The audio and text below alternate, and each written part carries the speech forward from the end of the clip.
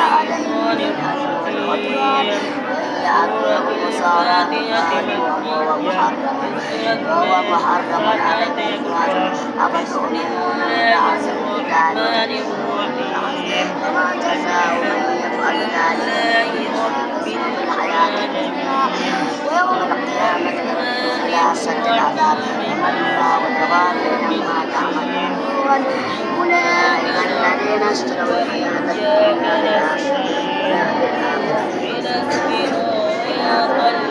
لا يغفر ولقد آتينا موسى الكتاب وقفينا من بعد الرسل وآتينا عيسى ابن مريم البينات وأيدناه ولو شاء ما جاء برسول ما